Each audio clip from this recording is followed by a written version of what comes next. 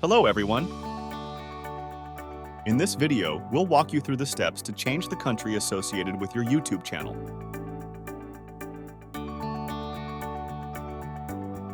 Let's get started. Firstly, click on your videos on the left.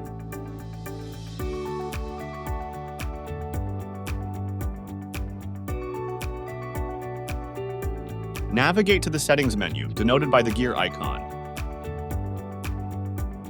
Click on Channel. A drop-down menu will appear. Choose your desired country from the list. Finally, don't forget to save your changes. Look for the button at the bottom of the page. And there, you have it. Let's verify if the changes have been applied. Visit your channel and click on the icon to access channel details.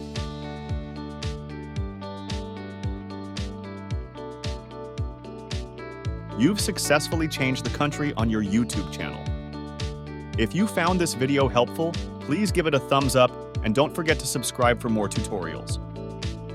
If you have any questions, feel free to leave them in the comments below.